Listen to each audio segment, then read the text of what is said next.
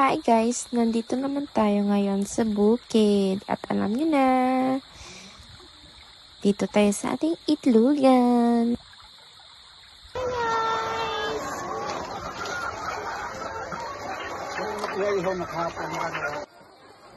At hayan na nga, nadatnan namin yung bantay na it's feeding time na pala.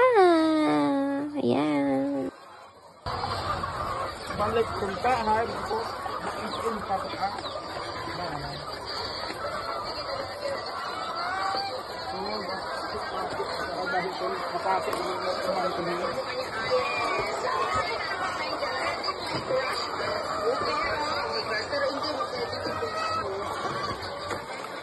So, alam nyo guys, yung feeding time ng mga manok is 2 beses mo lang siya i-feed. So, first sa umaga and then sa hapon na. So, sa umaga, usually mga 6 a.m. to 7 a.m.